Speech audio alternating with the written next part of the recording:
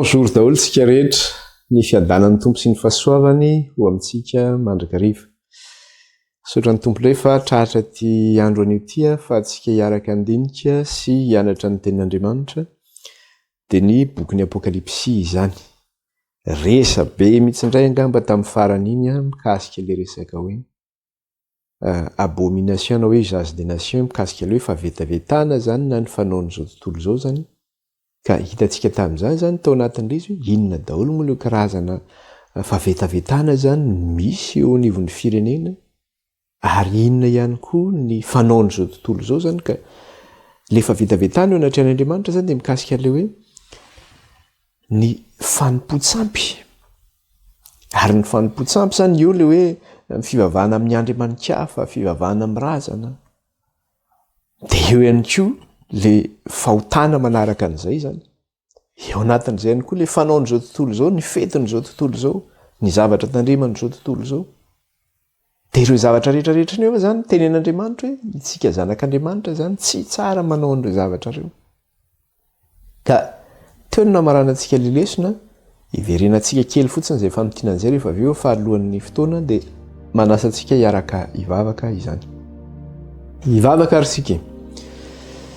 Jehovah Andriamanitra raha io, raha inay amin'ny alalan'i Jesosy Kristy Tompo ianao, mankalaza anao izay midera anao ary mamevonahitra anao, eny mananatra avy ny anaranao izay hatramin'izao ka ho mandrakizay. Misaotra ray fa mbola nomenao fotoana izay ahafahanay hiara-hianatra sy handinika ny teninao amin'ity maraina ity. Tsy amin'ny herina fahatanjahana raha io fa mifanainao rery ihany. Ny teninao manambara hoe ny teninao dia hainao an'izay mahazo azy ary fahasalamana ho an'ny nofo rehetra. Kaoka ny Andriamanitra hitondra fiainana, hitondra fanavaozana ho anay ny teninao. Andriamanitra izay ihany koa izay miara-mivavaka eto dia mpanota ihany izay. Tsy mendrika ny ady ny antso ny anaranao aza. Satria ny teny ny vavanay izay hiantsona ny anaranao dia ny vavanay io ihany no teniteny foana. Vavanay ihany no mankahala, vavanay no mitsara. Vavanay ihany koa no mbola minankinam-poana.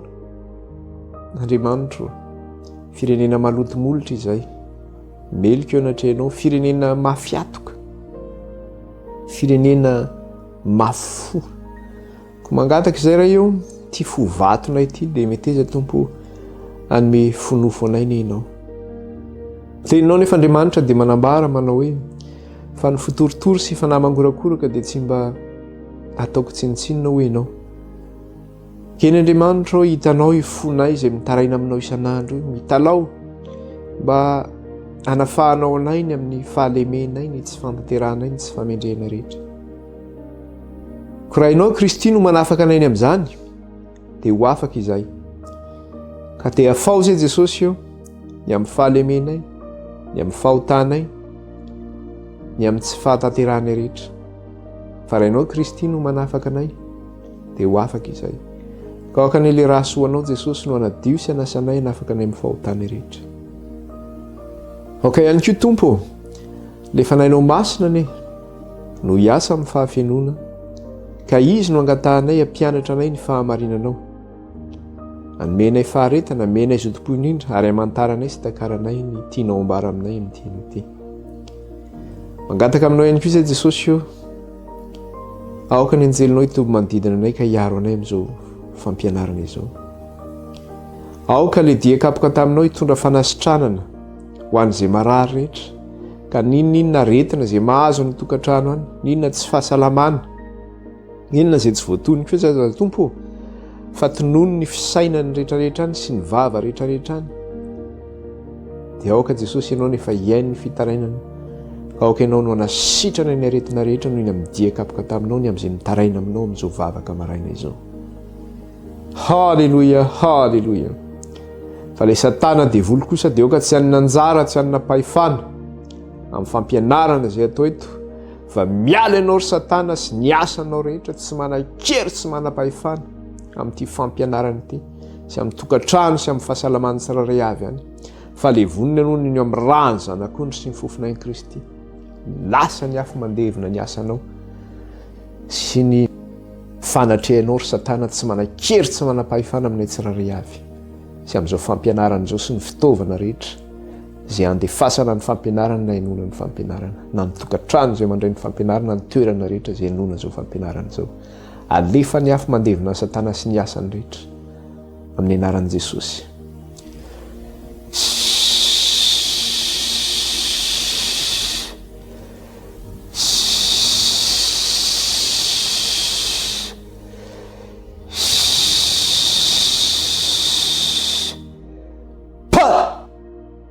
Ravy satana noho ny am'raha ny zanak'ondry sy ny fofinain'i Jesosy. Tsy manan-kery tsy manam-pahefana amin'ny fahasalamana, tsy manan-kery tsy manam-pahefana amin'ny tokantrano, tsy manan-kery tsy manam-pahefana amin'ny fiainana andavanandro na ny fivelomana, tsy manan-kery tsy manam-pahefana amin'izao fampianarana izao sy amin'ny toerana rehetra izay inona izao fampianarana izao. Dia raina ny anaranao raha io, ankalazaina ny anaranao, mena voninahitra ny anao Tompo hatramin'izao ka ho mandrakizay. Halleluia, halleluia. Dia mitenena raha io fa vonin-kihena izay vahoakanao. Dia raina ny anaranao raha io, aoka ny fanahinao Tompo hiasa amin'ny fahafenonany, ny anaran'i Jesosy. Amen. Voninahitra ho an'Andriamanitra rery ihany isaorantsika ny Tompo izay nafahantsika indray ny fampivavaka izay izany. Lesika farany izany dia niresakitsika mikasika ilay hoe inona ireo hoe usage des nations zany, na hoe le fanaon'izao tontolo izao zany izay hitantsika tany amin'ny testamenta taloha. Dia ny tenin'Andriamanitra dia niteny manao hoe izaho izy no Jehova Andriamanitrareo, ka zao tsy ataonareo ny fombany, zany hoe ny fomban'izao tontolo izao dia aoka tsy ho ataonareo izy, zany hoe raha ran'Andriamanitra. Dia hitantsika tao anatin'izay hoe inona daholo moa ireo karazana fomba reo zany. Dia amin'izao tontolo izao nahitantsika ilay hoe ao ny hoe ny lahy manambady ny lahy, hitantsika tao anatin'izany. Hitantsika tao anatin'izay ihany koa ilay resaka hoe aoka tsy hanompo andriamanin-kafy ianareo izy na eny ambony tendrombohitra, na eny amin'ny havoana hozy izy, na eny ambany hazo maitso rehetra hozy izy. Aoka ianareo izy tsy andry amin'ny lehilahy tahaka ny fandry amin'ny vehivavy, fa maninona fahavetavetana izany. Zany hoe tena fahavetavetana zany tsy azo atao. Aoka ihany koa ianareo izy maninona tsy anao an'ireny fanaon'izao tontolo ireny ka anao au lieu zany hoe anao toerana ivavahana eny amin'ireny toerana avo ireny, na eny amin'ny tendrombohitra, eny amin'ny havoana. Aoka tsy anao tsangam-bato ianareo izy. Zany hoe tsy anao le fanaon'izao tontolo izao zany. Dia aoka ihany koa nareo izy tsy handoto ny tenanareo amin'izany rehetra izany, zany hoe tena mametaveta ny tenanao zany ianao raha manao an'izany zavatra izany. Satria zay le hoe fahavetavetana. Mandoto atsika zany ny fanaovana an'izany zavatra izany. Tambola tao anatin'ny andro tsy fahalalana ianao dia mety nanatrika an'izany, mety nanao an'izany akory satria zay ny fomban-drazana zany dia manao ianao. Fa rehefa ampahafantarin'Andriamanitra zany ianao dia asehon'Andriamanitra aminao hoe mandoto ny tenanao nge ianao, mametaveta ny tenanao nge ianao. Zavatra mahatsiravina nge zany. Aoka ianareo izy tsy ankohaka eo anatrehan'ny tsangam-bato, na hoe sary, na sary olona io, na sarina biby io, na inona io zany, na sariny zavatra eny ambony io, na sariny zavatra ety ambany io, na sariny zavatra anaty ranomasina io. Aoka ianareo tsy ankohaka eo anatrehany ozy izy ary tsy hanompo azy, fa maninona izaho no Jehova Andriamanitrareo izy. Dia mbola toy izany ihany koa, aza mandeha any manao izay mahita fahitana ozy izy, na manao azy izay ho tsinjin-javatra, aza mitady azy akory ozy izy, fa ndrao ozy izy mandoto ny tenanareo ianareo fa izaho no Jehova Andriamanitrareo. Dia moa ny zavatra resahantsika na maranantsika lesona farany iny, manao azy ho tsinjin-javatra. Zany tsinjin-javatra zany ke reny amin'ireny ombiasy reny. Dia misy fanahy mitoetra amin'ireny, dia le fanahy no ohatran'ilay misy ilay fanahana kalanoro, fanahana vazimba. Ny sasany indray moa le resahantsika farany teto le antoko-pivavahana hafa dia itoeran'ny anjely. Dia mihaino izay teneniny eo zany. Dia izany aoka nareo tsy handeha amin'izany. Jehova mihitsy no mandrara an'izany. Aza mandeha any amin'izany ozy izy, ho amin'ireo izay manao hoe pahita zany, ombiasy, na piskidy, na mpanao hatsarana, dadarabe, mpitaiza zany, na mpikarakara, zay moa le filazana azy zany. aoka nareo tsy tandrina anyzany zay zavatra teneniny zany le hoe teraka lakosy teraka hoe na hoe talatagirobaka tsy azo anaovana zavatra sy ny karazana manompo resaka andro ataon'ireny amin'ireny mpanao pahita reny zany dia manome hoe zao ny andro tokony tandremanareo zao ny tsy azo anaovana zavatra maka mpanao atsarana dia manao pronostika zany amin'ny resaka hoe mahita volana sy ny zavatra rehetra zany resaka amin'ny fiainana andavanandro hoe tsy manao zavatra raha tsy volana ny andro na hoe tsy azo anaovana fa tsy hinana ny volana tsy haiko tsony tsy fantatra misy karazany be deaibe zany io fa zany zany tena rarana de be deaibe koa nefa ny teny manamary teny ao anatin'izay zavatra zay hoe zany zavatra zany de efa tany amin'ny testamenta taloha nge zany tsika nge ty amin'ny testamenta vaovao zao e tsy manao an'izany tsony tsika zao fa za de miteny amintsika fa ny testamenta vaovao zavatra nyresantsika teo de mbola tenenin'ny testamenta vaovao tsara ary mbola hidirantsika lalilalina reo rehefa avy eo andray ohatra anankiray tsika mikasika ny zavatra namarana antsika azy teo zay mbola tsy hitantsika tamin'ny lesona farany iny de jerentsika kely resaka tsika teo le resaka le resaka hoe ny fivadiany lahy sy ny lahy zany ino moa zany ny vavy sy ny vavy koa mivady amin'izao fotoana zao sy ny resaka hoe fanaovana tsarana sy ny fanompo-tsampy maro samihafa zay voalaza teo zany fa jereo tsara nge zao tenenina atsika miteny mantsy hoe any amin'ny testamenta taloha zany fa ty amin'ny testamenta vaovao tsisy an'izany fa jereo aty amin'ny romanina de Andriamanitra mihitsy no miteny eto de zao ny teneny romanina toko voalohany jerentsika kely io zany aty amin'ny romanina tsika zany de romanina toko voalohany no vakitsika de vakitsika ny 7:20 atombotsika eo manomboka amin'ny 7:20 eo zany lay izy de zao nivaky ny teny amin'ny anaran'i Jesosy de ahoana ozy izy fa asehovany an-danitra ny fahatezeran'Andriamanitra amin'ny faharatsiana rehetra sy ny tsy fahamarinan'ny olona izay misakana ny fahamarinana amin'ny fanaovan-dratsy de alohany aloha ijirako amin'io de inona le soramandro eo ambony de ozy izy ny amin'ny faharatsian'ny toetry ny jentilisa sy ny mahameloka azy zany hoe ny jentilisa zany manana ny toetrany manana ny fombany mahameloka azy ihany koa zany meloka eo anatrehan'Andriamanitra izy amin'izay fomban'izay sy izay toetran'izay de verenako vakina le teny fa asehovany an-danitra ozy izy ny fahatezan'Andriamanitra amin'ny faharatsiana rehetra sy ny tsy fahamarinan'ny olona zay misakana ny fahamarinana amin'ny fanaovan-dratsy satria izay fantatra ny amin'Andriamanitra de miseho ao am-pony reny fa nasehon'Andriamanitra taminy zany hoe zay fantatra ny momban'Andriamanitra zany de efa nasehon'Andriamanitra miariary zany hitan'ny olona rehetra zany tsy miafina zany ny momban'Andriamanitra Andriamanitra mampiseho azy amin'ny zavaboary ataony mampiseho azy amin'ny rivotra zay iainantsika isan'andro amin'ny fahavelomantsika hoe zao zavatra zao nge tsy tongatonga ho azy zao fa nisy pahary zao zavatra rehetra zao fa ny olona zany minimana jambany masony de mandeha any amin'ny zavatra tsy izy de toy izany le vaky teny fa ny momba ny tsy hita dia ny herin'ny mandrakizay sy ny maha-Andriamanitra azy dia miseho hatramin'ny nanaovana izao tontolo zao fa fantatra amin'ny zavatra nataony ka dia tsy manan-kalahatra ireo tsika zany tsy afaka iteny hoe zay tsy mahalala an'Andriamanitra na hoe tsy misy zany Andriamanitra zany fa zao zavatra io de tongatonga ho azy fa no fisiany zavatra rehetra io zany araky ny zavatra miteny tony le fahalebiazan'Andriamanitra zao amin'ny teny frantsay de niteneny hoe ils sont donc inexcusables ozy izy amin'ny teny gasy teny hoe tsy manan-kalahatra zany hoe tsy afaka hialana tsiny zany izy amin'izay zavatra zay tsy afaka ilaza izy hoe zay tsy nahalala fa ny fisiany zao rehetra zao de misy ny pahary ary Andriamanitra mampiseho ny fahalebiazany sy ny fahagagany isan'andro amin'ny fisiny de toy izany le vaky teny fa na dia mahalala an'Andriamanitra aza izy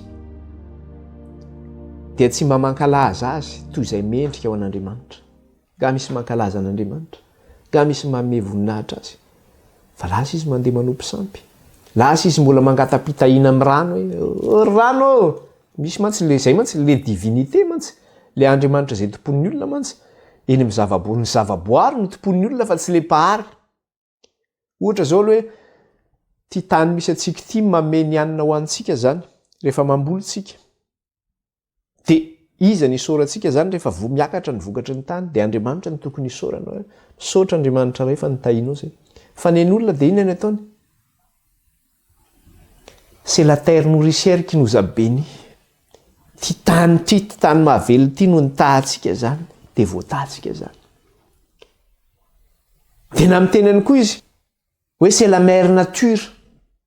Le environnement zany le tontolo iainana misy atsika. Io no mameny omby, mameny osy, mameny zavatra rehetra zay ilaitsika. De misaotra ny natiora atsika. Zany no lasa ivavahan'ny olona. Mivavaka amin'ny rano, mivavaka amin'ny hazo, mivavaka eny an-tendrombohitra, manompy sampy. Ao izy izy Francis Turbo zay, manompy sampy le. Manompy sampy. Lasa manao zavatra tsy tokony atao zany. De ao izy fa na dia nalalan'Andriamanitra izy de tsy manankalaza azy toy izay mendrika ao an'Andriamanitra na ny saotra azy. Fa tonga zava-poana izy tamin'ny fisainany ary tonga maizina ny vonin-tonto. Nandoka tena hoendry izy ka tonga dala satria zao tontolo zao de mihevitra azy hoendry. Ka noho izay finiorenan'Andriamanitra zay na fiodinan'ny loha amin'Andriamanitra zay, zay fiodinana amin'Andriamanitra zay de mahadala anazy zay eo anatrehan'Andriamanitra. Satria manao an'Andriamanitra ho tsy misy izy, manao an'Andriamanitra ho tsinitsinina zany. Ary tonga maizina ao izy ny vonin-tonto.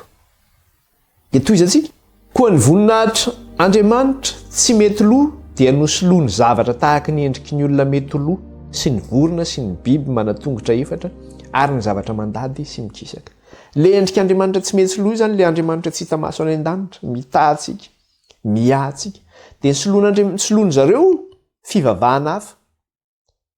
Any any Chine na any amin'ny pays aziatika reo zany mivavaka amin'ny Bouddha, mivavaka amin'ny tsangam-bato.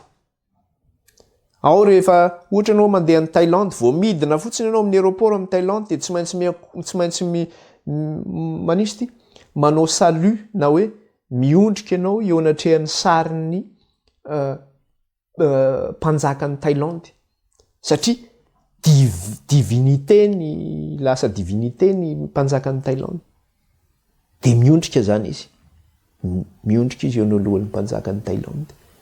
Zany zay le zavatra teneniny teo.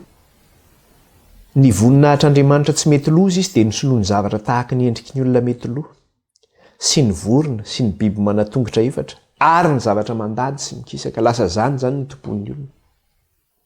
Akoatran'ireo moa zany de fantatsika misy zavatra maro be deabe ao ny tsangam-bato maro samihafa zay misy. De iny anaterana fanatitra, anaovana joro. Zany ny ataon'ny zanak'olombelona. Vokatra n'izay zavatra nataony zareo zay, satria izy tsy nanome voninahitra an'Andriamanitra, fa ny akohaka tamin'ny zavaboary izy. Au lieu hoe tokony akohaka amin'ilay pahary, na de tokony ilay pahary ny ankofany, de zavaboary indray ny ankofany, de inona zavatra mitranga? 420. Ary izany no nanoloran'Andriamanitra azy tamin'ny filan'ny fony ho amin'ny fahalotoana dia ny fanalany voninahitra amin'ny tenany avy. Satria izy tsy nentina nome voninahitra an'Andriamanitra, fa nanome voninahitra ny zavaboary, zany hoe nanao tsinitsinina an'Andriamanitra, de natoron'Andriamanitra mihitsy izy. Vao mainka Andriamanitra mihitsy no nanosika azy handany ary. De rehefa natosika Andriamanitra ao amin'izay fahadalana zay izy, vao mainka nandeha tany amin'ny fahavetavetana maro samihafa sy ny fahabibiana maro samihafa ary ny fahalotoana sy ny faharatsiana maro samihafa. De inona daholo reo fahalotoana sy faharatsiana na voatosika azy ireo de toy izany. 520. Ary ny fahamarin'Andriamanitra de nisoloany lainga, lasa feno lainga zany izy. Ka nanaja sy nanompo ny zavatra natao izy fa tsy ny mpanao azy. Vao mainka noroso tamin'izay zavatra zay zany. 520. Izany no nanoloran'Andriamanitra azy ho amin'ny filan-dratsy mahavoafady. Rehefa nosoloany zanak'olombelona zany le fahamarin'Andriamanitra, satria lasa nanompo ny zavaboary izy fa tsy Andriamanitra no tompony. Ary nanaja sy nanompo ny zavaboary izy fa tsy nanompo an'Andriamanitra. dia inona ny zavatra nitranga? Izany no nanoloran'Andriamanitra azy ho amin'ny filan-dratsy mahavoafady. Fa ny vehivavy tao aminy nanova ny fanaony ho amin'ny tsy fanaony. Hitantsika tany amin'ny testamenta taloha hoe ny lahy mandry amin'ny lahy tahaka ny fandry amin'ny vavy izy. Eto ny zavatra teneny fa ny vehivavy tao aminy nanova ny fanaony. Amin'izay tsy fanaony. Manao ny fahavetavetana zany. Ary izany koa ny lehilahy fa namela ny fanao amin'ny vehivavy izy ka maimay tamin'ny fifampilany samy lehilahy mifanao izay mahamenatra dia mandray tao amin'ny tenany ny valiny tokony ho azo ny fiviliana. Rehefa nivily izy niala amin'Andriamanitra ka manompo ny zavaboary fa tsy manompo an'Andriamanitra, ka nanao tsinontsinona an'Andriamanitra izy dia navelan'Andriamanitra na afa-boninahitra ny tenany ka nanao amin'izay zavatra mahamenatra, zavatra mamofady. Ary zany zavatra mamofady zany zao dia zao accepten'ny société iainantsika zany. Ny vavy sy ny vavy mandry, ny lahy sy ny lahy mandry. Manao izay fahavetavetana. Vokatra n'izany dia zao, izay ilay teneniny tany amin'ny Ezekely hoe feno faharatsiana ny tany. Rehefa feno faharatsiana nge rehefa feno faharatsiana ny tany, vokatra nataon'ny zanak'olombelona zany nge nitranga tamin'ny andron'ny Sodoma sy Gomora, tamin'ny andron'ny safidrano. Tonga amin'ilay mipaka amin'ny lanitra ny fahotany zanak'olombelona. Dia tonga amin'izay naringan'Andriamanitra ny mponina tambonin'ny tany tamin'ny safidrano. Naringan'Andriamanitra ny tsy mponina tao Sodoma sy Gomora tamin'ny alalan'ny afo milatsaka avy any an-danitra. Amintsika amin'izao fotoana izao ny zavatra taloha ihany no miverina amin'izao fotoana izao, ka rehefa tonga izay zavatra izay dia eritrereto hoe inona zany ny zavatra hitranga. Fa zao rehefa mitonga izany zavatra izany, izany hoe arak'ilay tenenin'Andriamanitra hoe rehefa amin'ny fahafenoana izy ny fahotan'ny Amorita dia ho avy ny zanak'Israelina andringana azy hipetraka ao amin'ny tany Kanana.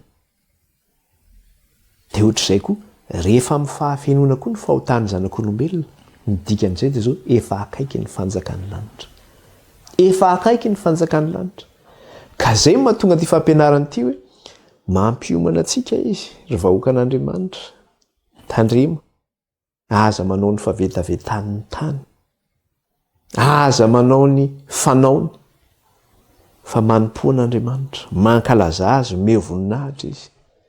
Inona ny teny any amin'ny Apokalypsy? Ny teny amin'ny Apokalypsy dia ity, vakitsika kely, toko 410. Toko 410, vakitsika kely zay. Zao ny teneniny atao amin'ny Apokalypsy. Apokalypsy toko 410. Dia vakitsika ny andininy fahafito. Dia zao ny vaky ny teny amin'ny andininy fahafito. Nanao tamin'ny feo mahery hoe anjely no miteny eto zany. Matahorana ka omeo voninahitra izy fa tonga ny andro fitsarany ary miankohofy eo ny lohany izay nanao ny lanitra sy ny tany sy ny ranomasina ary ny loharano. Fiantsoana eo ilay filazantsara mandrakizay, izay mahatonga hoe filazantsara ty bokin'ny Apokalypsy ity. Satria eo amin'ny andininy fahaenina izy dia mirasy miresaka ilay filazantsara mandrakizay. Dia inona ny antso nataon'ilay anjely? Matahoran'Andriamanitra ozy izy ka omeo voninahitra izy. Andriamanitra ny tokony atahorana, izy ny tokony omena voninahitra. Fa manino? Fa tonga ny andro fitsarany ary miankohofy eo ny lohany izay nanao ny lanitra sy ny tany sy ny ranomasina ary ny loharano. Tonga ny fitsarany, akaiky ange io, tsy lavitra io, akaiky io. Amin'ny fotoana izay hainoantsika izao fampianarana izao dia efa akaiky ny fanjakan'ny lanitra. Ka zay zany ilay zavatra hitantsika tary amin'ny romanina teo zany. Verenantsika kely fa misy teny farany eo, so inona ny zavatra teneniny eo amin'ilay romanina io, verenantsika kely izy teo. Romanina toko voalohany, verenantsika kely izy teo, maranantsika le izy izany. Dia zao no zavatra dia izao ny zavatra nyteneniny ato. Eo amin'le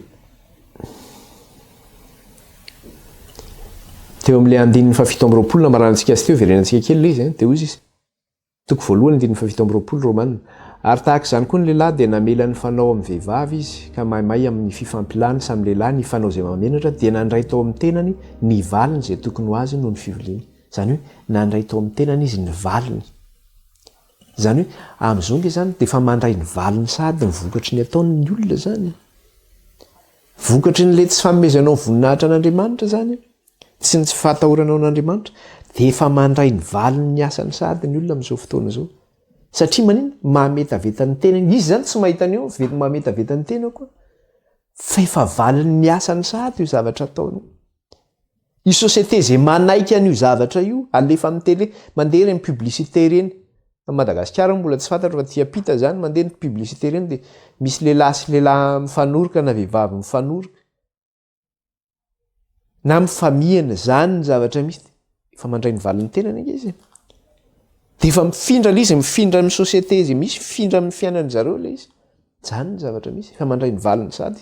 Dia toy izany dia izao ny toy an'le teny andiny fahavalo amby roapolo ary araky ny nanaovany fahalalana marina an'Andriamanitra ho tsy mendrika ho tanany satria zany hoe nariany zareo tany voany zareo zany le fahamarinan'Andriamanitra ary araky ny nanaovany fahalalana marina an'Andriamanitra no tsy mendrika ho tanany dia araky izany kosa ny nanoloran'Andriamanitra azy ho amin'ny fisainany tsy mahamendrika anao izay zavatra tsy tokony atao ka dia feno ny tsy fahamarinana rehetra sy ny faharatsiany sy ny fieremana ny lolo-po feno fialonana vonoolona fifandirana fitaka otro-po mpibitsibitsika mpanendrikendrika halan'Andriamanitra mpampahory mpiavinavina mpandokatena mpamoritsaindratsy tsy manora isireny tsy manam-pahalalana tsy mitana fanekena tsy manam-pitiavana tsy miantra zany vokatra n'ilay tsy fanomponao an'Andriamanitra zany ilay fiankofanao amin'Andriamanitra famomezanao voninahitra ny zavaboary ary izy io nge tsy hoe ny olona miakohaka amin'ny tsangam-bato eny fa le idôlatrie eo atao amin'izao tontolo izao nge ireo olona malaza be deaibe ireo na sportifa io na mpihira io na acteur io mpilalao film zany io jereo reny sportifa malaza reny fa reny antsoiny zareo hoe idôle amin'ny teny gasy moa le idôle tsy haiko loatra le vanim-potsampy zany izay zany ny tena dikany amin'ny teny gasy fa hoe lasa idôle des jeunes na ozy izy na hoe idôle ny olona zany izany tianao iny tena idôleko iny c'est mon idôle raha amin'ny film ny sasany tena ny Van Damme tena idôleko Van Damme ny ianona tena idôleko ny tena Messi mihitsy le footballeur ny tena idôleko Ronaldo fitenenanao an'izay fotsiny hoe idôle zay manompo sampy inge zany ianao ny le pira malaza be iny Lady Gaga ny idôleko ora olona manompo sampy fidôlatrenao manompo sampy ianao zany ny fanaovana an'izay zavatra zay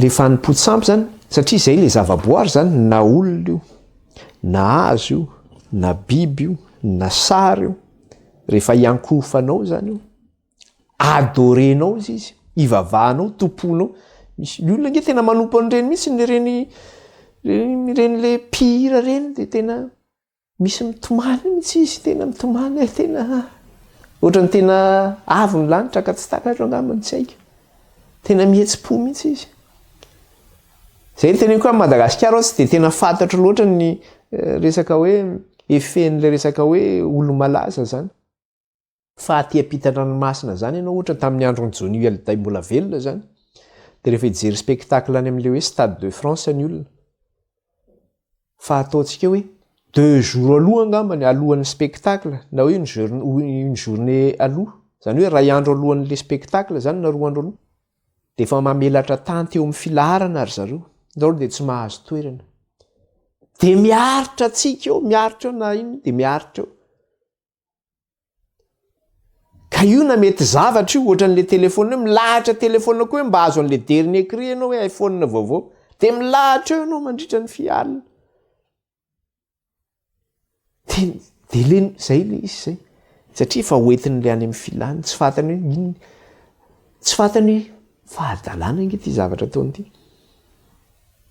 ho an'olona hoe sensé zany ho an'olona hoe manana an'izay fahalalana amin'ny fahataorin'Andriamanitra zay de mahita an'izay hoe tena mahampalahelo le olona adala de ho an'ireny olona reny koa nefa mahita anao de inona zavatra tenenyanao vomafy nareo tena vomafy nareo tsy mba nahita an'izay mba hitanay nananao n'izay nataonay vomafy nareo izy izy zany ny ataony izy koa nge manao zany vomafy nareo izy izy satria nahoana le fahendren'Andriamanitra fahadalàna amin'izao tontolo zao ary ny fahendren'olombelona de manino fahadalàna eo anatrehan'Andriamanitra ka zay le teneniny ato amin'le 120 fa na dia nalalàn'Andriamanitra azy izy de tsy mba nankalaza azy toy izay mendrika ao an'Andriamanitra na nisaotra azy fa tonga zava-poana izy tamin'ny fisainany tonga zava-poana izy tamin'ny fisainany zany hoe fisainana zany tonga zava-poana ary tonga maizina ny fony donto rehefa donto zay nge ny sainao ny fonao zay ka hainao azo izingizinina na azo atao inona fa de efa zay de zay io e lehibe lobe reny fotsiny fantatra ny ataoko e aza mba miteny zany nge efa lehibe zao fa tsy zazakely tsony e maninona raha mbola nitenitenenareo ihany hatram'izao fa nga ianao koa mamako mba miteniteny any mamako raha tsy navita nyteny any zany ko ianao mba hiteny an'zany zany tonga maizina ny fony donto atsipin'le izy lasa vokatra n'izay zavatra zay de tonga ao amin'ny olombelona reo faratsiana rehetrarehetra reo vokatra n'le tsy fanomponan'Andriamanitra tonga amin'le tsy fahamarinana rehetra ny faharatsiana ny fieremana ny lolopo ny fialonana ny von'olona zany no mahatonga an'io a Madagasikara io meratsy mepotika hatrany mahatonga hatrany amin'ny fitondra fanjakana hatrany amin'ny majinika indrindra misy ny resaka hoe corruption hatrany amin'ny ambaratonga ambony ka hatrany amin'ny ambaratonga ambany zany misy zay zavatra zay misy faratsiana rehetra zany von'olona tsy von'olona roa mpangalatra tsy ny sasany moa de manisy odiny ny sasany foana ny fialonana de mametraka ody atsy mametraka atsy manisy manaratsy satria zay rehefa hitoeran'io ianao de zao ny ratsy de tadidio tsara fa tsy mahita tory ny mpanao ratsy raha tsy mahavita ny ratsy nataony zany ny tenen'ny soratra masina zany tsy mahita tory izy tsy maintsy mahavita n'iny izy zay izy vao matory raha tsy zany izy tsy mahita tory amin'ny alina ao daholo zany rehetrarehetra zany mpampahory mpiavinavina mpandoka tena mpamoritra enjatry tsy manora isy reny vokatra n'izany daholo tsy manam-pitiavana tsy miantra de ahoana izy de olona mahalala tsara ny fitsipika nomen'Andriamanitra fa izay manao izany zavatra zany no mendrika ho faty fatany tsara nge zay zany Andriamanitra zany mitsara n'izany fomba fanao zany fatany zany ary mitenitsika ao Madagasikara fa presque kristianina nge ny mponina ao Madagasikara na hoe mpivavaka zany na eo amin'ny lafiny musulman milaza izy fa hoe mivavaka amin'Andriamanitra ihany koa hono izy fa zao olona malala tsara ny fitsipika io izy nomen'Andriamanitra fa zay manao zany zavatra zany de mendrika an'io faty fa zao efa zay le tonga amin'ny fiteneniny hoe asesdoza zany ianao nefa tsy manao zany ihany ozy izy fa manina mankasitraka zay manao koa ho an'ireo zay manao an'izay fahotana zay zany de mankasitraka ihany koa zay manao dozange zany ny fanaon'izao tontolo zao zany ny alan'ny zanak'Andriamanitra zany tsy tokony misy manao an'izany zavatra zany zao ny tenen'ny apôstôly Paoly atao amin'ny Kolosianina jerentsika atao amin'ny Kolosianina toko 7 vakitsika kely eo amin'ny epistilo ihany tsika zany de hono izy amin'ny Kolosianina toko 7 de vakitsika ny andininy voalohany ka hatramin'ny 7 efa hitatsika izy io fa verenantsika kely zany raisintsika tamin'izy io teo amin'ny 5 no ndraisantsika azy fa verenantsika hatramin'ny voalohany izy io. Kolosianina 4 dia 1 ka hatramin'ny 7. Dia ahoana ozy izy? Koa raha niala natsangana tamin'i Kristy ianareo dia katsao ny zavatra any ambony any amin'ny fitoeran'i Kristy izay mipetraka ao an-tanana ankavanan'Andriamanitra. Saino ny zavatra any ambony fa tsy ny zavatra etỳ an-tany. Raha ao amin'ny Kristy zany tsika dia izao. Manao ahoana? Katsao ny zavatra any ambony any amin'izay misy ny toeran'i Kristy. Saino ny zavatra any ambony fa tsy ny zavatra etỳ an-tany. Aza miazakazaka amin'ny zavatra eto an-tany. Ny zavatra any ambony saino. Zay zany ny zavatra katsahantsika zay. Dia toy izany le vaky teny. Izao ny teneniny eo amin'ilay 5. Koa vonoy ny momba ny tenanareo izay etỳ an-tany ozy izy. Vonoy zany. Ireo faratsiana be dia be voalaza rehetra teo. Vonoy ny momba ny tenanareo izay etỳ an-tany dia ny fijangajangana, ny fahalotona, ny firetam-po, ny fanindrin-dratsy ary ny firemana. Dia manino? Fanompo-tsampy izany. Satria vokatra izay zavatra iny, vokatra n'iny, vokatra ilay fanompona ny zavaboary fa tsy ilay fanompona an'Andriamanitra. Dia lasa reo zany le faharatsiana sy ny fahalotoana rehetra zany nateraka ireo zavatra reo, le tsy fahatahorana an'Andriamanitra. Dia raha manao an'ireo faharatsiana rehetra reo sy fahalotoana reo aloha dia ino koa? Fanompo-tsampy ihany koa zany zay zavatra zay. Miala zany amin'izay zavatra zay. Aza manao an'izany.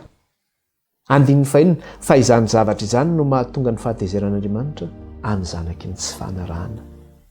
Dia io ilay zavatra tenentsika hoe ho avy ange ho andro fitsarana io. Aoka rehetsika maheno zao mba tsy ho tratra n'izany fandringanana izany. Fa ny asan'ny nofo dia manohatra amin'iny amin'ny fihevitry ny fanahy. Jerentsika ty amin'ny Efesianina ihany koa. Efesianina 5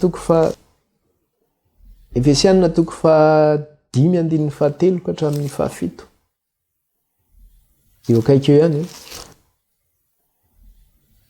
Efesianina 5 teny 7 ka hatramin'ny 7. Ao anatin'izay fomba ny fanaon'izao tontolo izao sy ny faharatsiana rehetra zay ihany. Fa ny fijangajangana, ny fahalotona rehetra, ny fieremana dia aza velotonono aminareo akory aza fa tsy mahamendrika ny olona masina izany. Fa fahavetavetana na resaka fahadalàna na voso-dratsy izay tokony atao fa aleo misaotra hozy izy. Averiko le vaky teny. Fa ny fijangajangana sy ny fahalotona rehetra hozy izy na ny fieremana, izany hoe ny filalaovan-dratsy zany, dia aza vela ho tononona eo aminareo akory aza.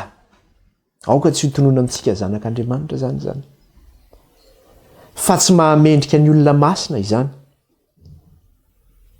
Fa fahavetavetana na resaka fahadalàna, inona moa le resaka fahadalàna hoe parole équivoque, resaka hoe plaisanterie zany. Hitanao le ohatrany hoe maneno zany ohatrany hoe le manala be tony dia manao zay teny vetavetana, teny tsy mahamendrika, manao zay miteny mahatohana, tsy mety zany zay. Aoka tsy voaka amin'ny vavantsika akory zany zavatra zany. Aoka tsika zany tsy hanonona zava-poana koa ny voaka ny vavantsika. Maheno tsika nge mihaino anivon'ny fiarahamonina, maheno tsika any ampianarana, maheno tsika any amin'ny manodidina antsika eny, maheno any amin'ny toeram-pianarana. Fa aoka zay fanaon'izao tontolo izao tsy averintsika mihitsy zany, na ho enarantsika zany. Fa aoka tsika ho vavolombelona mahatoky, ho fahazavana eo anivon'ny manodidina antsika. Fa fahita fahavetavetana na resaka fahadalàna na voso-dratsy izay tsy tokony atao fa aleo misaotra hozy izy. Zay zany le izy. Dia tsy manana anjara amin'izay tsika. Tsy manana anjara amin'izay tsika. Izao ny teneniny eo amin'ny 7. Andininy fa firsika teo. Fakitsika mihitsy ny 5 tsy manina ka hatramin'ny 7. Fa fantatrareo marimarina fa tsy manana lovy eo amin'ny fanjakan'i Kristy sy Andriamanitra na ny mpijangajanga rehetra na ny olo betaveta na ny olona mierina manompo sampy izany. Aza mety ho fitahan'ny olona miteny foana ianareo fa izany zavatra izany no mahatonga ny fahatezeran'Andriamanitra amin'ny zanaky ny tsy fanarahana. Koa aza mety ho mpiombona aminy ianareo. Aza mety ho mpiombona amin'izany rehetra izany. Fa maro ny zavatra voalaza teo fa tsy ho iverenantsika izay zavatra zay. Fa fomba amin'izao tontolo izao zany, misy fomba amin'izao tontolo izao koa tiako iverenana kely fotsiny izy ity zany amin'ny maha-kristianina antsika satria miresaka tsika resaka hoe inona le fahavetavetana dia inona le fahamasina. Eo le nresahana teo le hoe filalaovan-dratsy, resaka débauche zany izao tontolo izao no manao an'io dia hoe aoka tsika tsy mpiombona amin'izany ozy izy. Ka ny zavatra anankiray dia ity. Izao tontolo izao dia zao mandeha filalaovan-dratsy izy. Ohatra hoe ny jeune tia pitatra ranomasina dia efa miteny antsika zany ho antsika kristianina izay mandray izao fampianarana zao zany. Dia aoka tsy ho mpiombona amin'izany tsika zany. Fa izao tontolo izao raha tia pitatra ranomasina ny resahana, ataontsika manomboka amin'ny 4 taona izy taloha izy raha taratara zao tsika 4 taona. Dia efa ataontsika hoe sexuellement majeur angambany. Zany hoe amin'ny resaka hoe filalaovana ara-nofo zany amin'ny lasin'ny vavy zany, eo anivon'izao tontolo izao dia efa fiarahan'ny lasin'ny vavy sy fiarahan'ny lehilahy sy ny vehivavy zany ivelan'ny fanambadiana dia efa malalaka zany manomboka amin'ny 4 taona. Aty pitana ranomasina Madagasikara ao tsy fantatro. Fa fahavetavetana ange zany. Zany ange fanao an'izao tontolo izao. Kaoka tsika zanak'Andriamanitra tsy hanao an'izany, ao ka ny zanantsika tsy hanao an'izany, na ampanaovintsika an'izany. Aty an-dafy rehefa tonga ny vakansa, mbola voenina 12 taona iny ianao, dia mandeha vakansa le fianakaviana anankiray. Dia misy olona hafa miaraka aminy eo, sipany zanany miaraka aminy, tsy vadiny tsinona dia miaraka aminy, dia miaraka miray fandriana. Zany ny fiainan'ny vazaha zany, normal zany. Aoka tsy ho mpiombona amin'izany tsika. Tsy azo atao zany, fady zany, mahamenatra zany. Fa amin'izao tontolo izao zany tsy mahamenatra mihitsy, normal zany. Satria fombany zany, tsy azo atao zany. Aoka tsika zany tsy hanao an'izany. Ny firaisana, ny lasin'ny vavy alohan'ny fanambadiana, tsy fomban'ny kristianina zany. Fa ao anatin'ny fanambadiana vao misy zany firaisana zany amin'ny lasin'ny vavy, fa tsy azo atao zany. Ialao zany aoka tsy ho mpiombona amin'izany isika. Zany tsy azo atao zany zavatra zany. Fahavetavetana eo anatrehan'Andriamanitra zany satria fanaon'izao tontolo izao zany tsy tokony ho ataon'ny kristianina zany. Dia aoka ho ampianarintsika amin'ny zavatra tsara ny zanantsika ihany koa fa tsy amin'ny zavatra ratsy zany. Tamin'ny androny tsy fahalalana mety nanao an'izany zavatra zany, ankehitriny kosa sokafan'Andriamanitra ny saintsika. Anjarantsika hoe manaraka ve tsika sa tsy manaraka izany. Inona ary ny zavatra tediavin'Andriamanitra amintsika? Ny zavatra tediavina amin'Andriamanitra amintsika dia zao: ho firenena masina itsika, ho firenena madio tsika. Zay ny zavatra tediavin'Andriamanitra amintsika. Dia zao ny teneniny eo amin'ny Levitikosy 7:20 mikasika an'izay. Levitikosy 7:20 ny andininy faharoa. Levitikosy 7:20 dia ny andininy faharoa. Rehefa hita dia vakiana amin'ny anaran'i Jesosy. Vakiantsika mihitsy ny andininy voalohany tsy maninona hatramin'ny faharoa. Ary Jehovah niteny tamin'i Mosesy ka nanao hoe: mitenena amin'ny fiangonana dia ny zanak'Israely rehetra. Mitenena amin'ny fiangonana dia ny zanak'Israely rehetra, satria tamin'izay vanim-potoana izany dia iza ny fiangonana? Ny zanak'Israely no fiangonana. Amin'izao fotoana izao, izay nateraky ny rano sy ny fanahy, tonga zanak'Andriamanitra, ireo ny fiangonan'Andriamanitra. Dia nateraky ny tenin'Andriamanitra izany amin'ny alalan'i Jesosy Kristy Tompo. Ka ny fiangonana zany eto no resany, mitenena amin'ny fiangonana dia ny zanak'Israely rehetra hoe: aoka ho masina ianareo satria masina ao Jehovah Andriamanitra reo. Aoka ho masina ianareo satria masina ao Jehovah Andriamanitra reo. Io Jehovah Andriamanitra izay vavahantsika io masina io. Dia tsika mieritreritra hoe hivavaka amin'Andriamanitra tsika dia tsy manana fahamasinana tsika, dia milaza tsika fa hitan'Andriamanitra, hien'ny fivavahantsika Andriamanitra, hoe anao ny fanaon'izao tontolo izao tsika na miombona amin'ny fanaontsika, dia hoe ahitan'Andriamanitra tsika sy azo valim-bavaka. Ahoana ozy izy ny tenenin'ny Jaona apôstôly? Jerentsika kely. Jaona toko amin'ny evanjely any, Jaona toko 4. Jerentsika Jaona toko 4. Dia izao ny tenenina. Jaona toko faefatra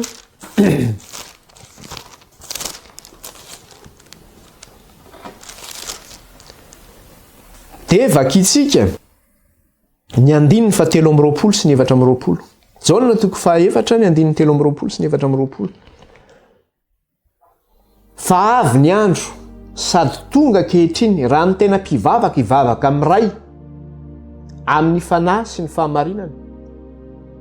Ny ray koa mitady mpivavaka aminy tahaka izany. Averiko tsara. Fa avy ny andro sady tonga kehitriny raha ny tena mpivavaka hivavaka amiray amin'ny fanahy sy ny fahamarinana. Fa ny ray koa mitady mpivavaka aminy tahaka izany. Inona ny tediavin'Andriamanitra zany? Mpivavaka aminy amin'ny fanahy sy ny fahamarinana. De toy izany, Andriamanitra de fanahy ary izay mivavaka aminy tsy maintsy mivavaka aminy amin'ny fanahy sy ny fahamarinana. Ka ny olona tsy manana an'izany fahamarinan'Andriamanitra zany, tsy manana fahamasinana. Mivavaka amin'ny fanahy, mivavaka amin'Andriamanitra dia amin'ny fanahy sy ny fahamarinana. Ka iza ny olona itoeran'ny fanan'Andriamanitra? Ny olona marina ange ny itoeran'ny fanan'Andriamanitra. Aoko masina ianareo satria masina ao Jehovah Andriamanitra reo sisa. Ka raha ianao no miaina amin'ny fahalotona, mpiombina amin'ny zavatra ratsy amin'ny fanaon'izao tontolo izao, mpiombina. Mova ianao itoeran'ny fanan'Andriamanitra. Ianao izay tsy manana fahamarinana io fa natsipinao tany voanao ny fahamarinana, fa naleonao ny faharatsiana. Mova ianao masina eo anatrehan'Andriamanitra. Fa zay ny tediavin'Andriamanitra. Teo amin'ny Israely zay ny tediavin'Andriamanitra, ary zay koa ny tediavin'Andriamanitra amintsika amin'izao ankehitriny izao. Ary izay no nandefasan'Andriamanitra ny Jesosy Kristy mba ho tonga mpiombina amin'Andriamanitra tsika fa tsy mpiombina amin'ny fanaon'izao tontolo izao. Zay no nandefasana ny Kristy. Eo ihany tsika eo amin'ny testamenta taloha, Exodosy toko 7:10. Exodosy toko 7:10 dia ny andininy fahenina. Dia ahoana izy izy? Exodosy toko 7:10 dia ny andininy fahenina. Dia izao ny vaky ny teny amin'ny anaran'i Jesosy.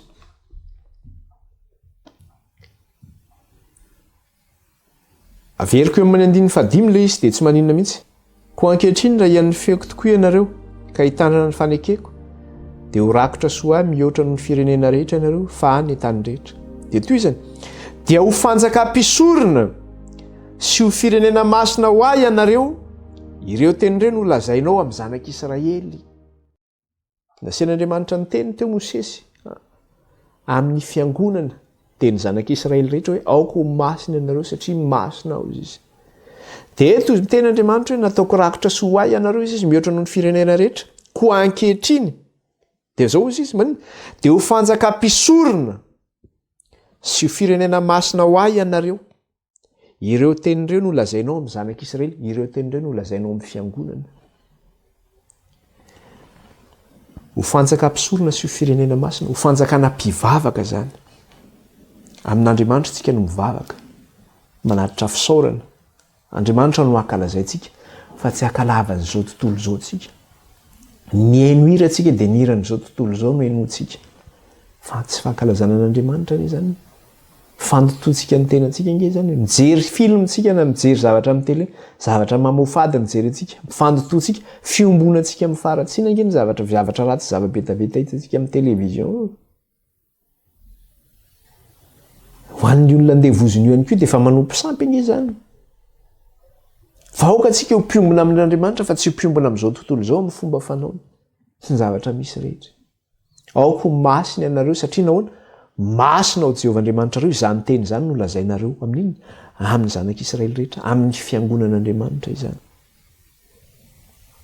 Dia ahoana izy izy teo? Dia ho fanjaka mpisorona sy ho firenena masina ho ahy ianareo. Marina fa tany amin'ny testamenta taloha ny tenenana an'izany. Fa izay no nahatongavan'i Kristy. Ahatonga antsika ihany koa fanjaka mpisorona sy ho firenena masina. Ka ho an'ireo izay milaza manao izany natao amin'ny testamenta taloha. Fa zany hoe ny kristianina zany amin'izao fotoana izao tsy masina intsony fa manao favetavetana sy fahalotona. Andriamanitra tsy miova omaly sy anio ary mandrakizay. Fa ny olona no mety miova. Ny olona no mety miova. Dia ahoana izy aty amin'ny Petera voalohany, izao no tenenin'ny Petera mikasika ny resaka hoe fanjaka mpisorona io.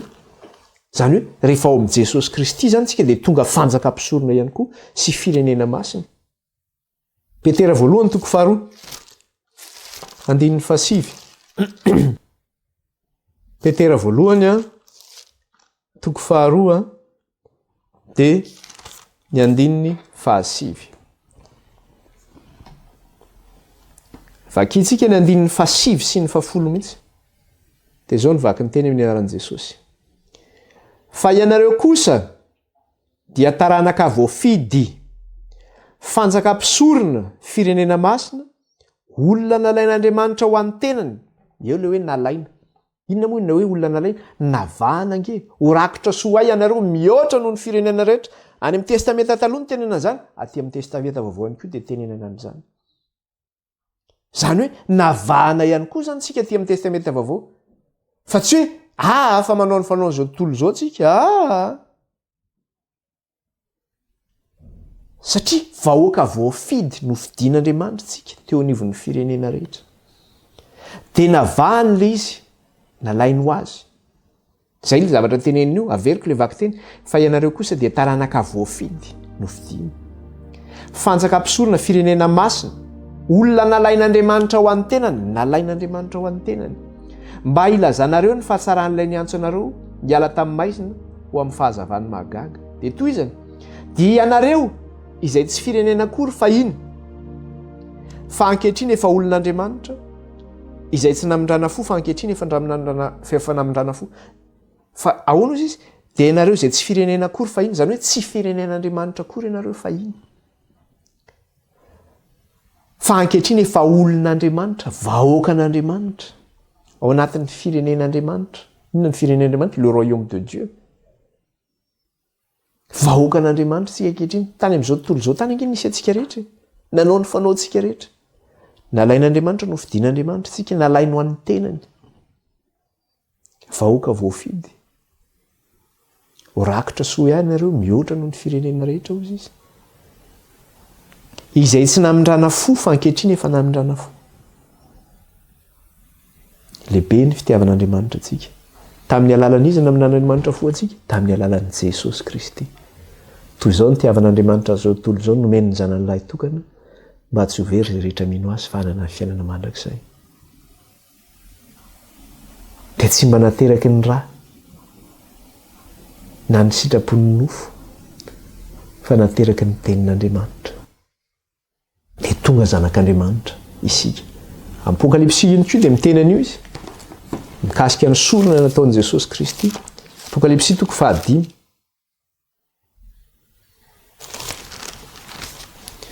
Apokalypsy toko 5 dia ny andininy fahasivy. Rehefa nandray le boky kely Kristy teo anatrehan'ilay mipetraka teo ambony seza fiandrianana, dia nekoaka ireo olona 720 sy ny zava-manan'aina 4. Dia nihiry izy ireo sy nankalaza ary nanome voninahitra ny Kristy. Dia inona ny hira nataony? Izao ny zavatra niteneniny. Andininy fahasivy. Ary ny hira firam-baovao izy ka nanao hoe: ianao no mendrika aka ny boky sy hamany tombo-kaseny, fa voavono ianao. Ary ny rahanao no nanavotanao ho an'Andriamanitra olona avy tamin'ny fokom-pirenena rehetra sy ny samihafa fiteny sy olona ary firenena rehetra. Andininy fahafolo. Ary efa nanao fanjakana sy mpisorona ho an'Andriamantsika ireo. Ary efa nataonao fanjakana sy mpisorona ho an'Andriamantsika ireo ary manjaka ambonin'ny tany izy. Ianao izy no mendrika haka ny boky sy hamany tombo-kaseny, fa voavono ianao ary ny rahanao no nanavotanao an'Andriamanitra. Nanavotanao an'Andriamanitra. Le hoe nalainao an'Andriamanitra. Izy ireo. Olona avy tamin'ny fokom-pirenena rehetra, olona samihafa fiteny, olona avy tamin'ny firenena rehetra. Dia nataonao inona? Nataonao fanjakana sy mpisorona ho an'Andriamanitsika ireo. Natao vahoaka an'Andriamanitra ireo. Natao fanjakam-pivavaka anisan'ny vahoaka an'Andriamanitra. Le hoe tsy firenena fa natao firenena ankehitriny. Vahoaka an'Andriamanitra.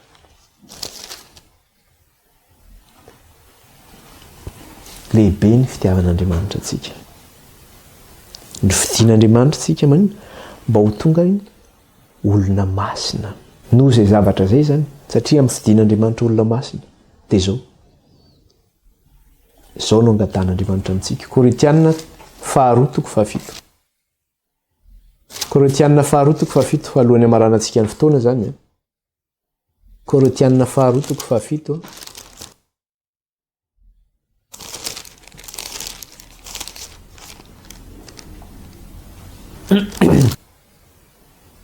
Korinthianina faharoa toko fahafito. Dia vakiantsika ny andinin'ny voalohany. Zao ny vaky ny teny anaran'i Jesosy. Koa manana ireo teny fikasana ireo isika ry malala, dia aoka isika anadio ny tenantsika ho afaka amin'ny fahalitoana rehetra na amin'ny nofo na amin'ny fanahy, ahatanteraka ny fahamasinana amin'ny fahatahorana an'Andriamanitra. Inona zany ny zavatra tokony ataontsika? Ahoana izy? Aoka isika anadio ny tenantsika. Diovy zany ny tenantsika ho afaka amin'izay fanaon'izao tontolo izay. Ho afaka amin'izany faratsiana. Na amin'ny nofo izy na amin'ny fanahy. Satria ny tenantsika dia inona no constitue ny tenantsika? Nofo sy fanahy. Dia ahoana izy tsara? Ry malala, aoka isika anadio ny tenantsika ho afaka amin'ny fahalitoana rehetra na amin'ny nofo na amin'ny fanahy, ka hahatanteraka ny fahamasinana amin'ny fahatahorana an'Andriamanitra. Mila diovina zany ny tenantsika mba hahatanteraka antsika amin'ny fahamasinana eo anatrehan'Andriamanitra. Ka raha tsy manadio an'izay ianao dia tsy ho tanteraka zany ny fahamasinana io. Aoka ho masina ianareo satria ianao masina ao Jehovahandriamanitra reo. Zany ny tenen'Andriamanitra tamin'ny fiangonana dia ny zanak'Israely rehetra. Satria zany ny zavatra tediavin'Andriamanitra amintsika. Zany zavatra zany no tediavin'Andriamanitra amintsika. Dia izao ny teneniny atao amin'ny Tesalonianina toko fahefatra. Tesalonianina voalohany toko fahefatra andininy voalohany ka hatramin'ny fahafito. Tesalonianina voalohany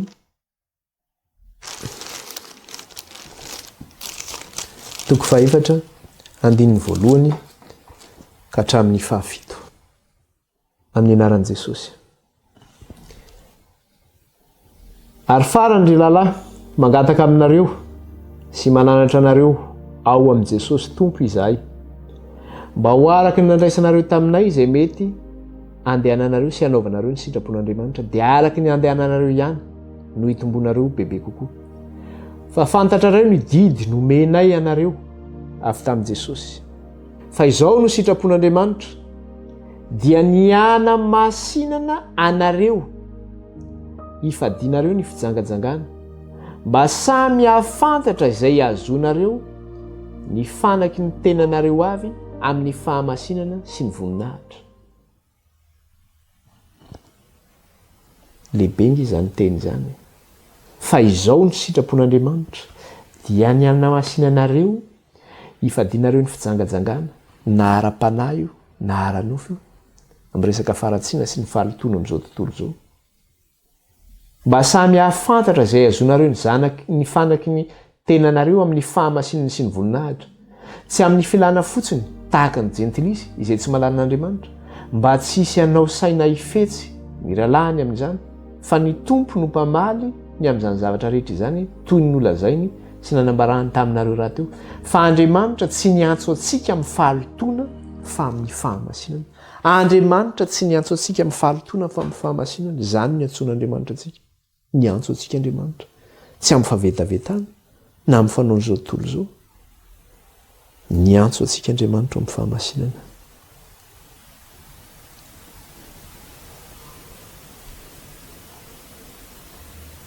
Aoka tsika aheno ny teny izay lazain'ny fanahy amin'ny fiangonana. Raha io manamasinana eny amin'ny teninao ny fahamarinana. Dia raina ny Tompo. Sorantsika tamin'izay lesona tamin'ity an'ity izay indray. Mipetratsika eo amin'ny tombondray raha mbola manana fotoantsika amin'ny ariviny dia hotohizantsika izany lesona izany. Fa mbola tsy vita zany ny lesona mikasika ny resaka hoe le hoe madio sy maloto io. Satria eo amin'ilay madio sy maloto tsara fatatsika tsara eo le fahavetavetan'izao tontolo izao. Dia le fahadiovana amin'Andriamanitra. Efa mitsofoka zany tsika hoe inona le fahadiovana amin'Andriamanitra, le fahamasinana. Dia hitsofoka tsika hoe inona ary ny tokony atao sy tsy tokony atao zany. Fa hitantsika teo daholo ny faharatsiana rehetra. Dia hiroso amin'izay indray zany tsika amin'ny tapany manaraka izany. Ivavaka tsika.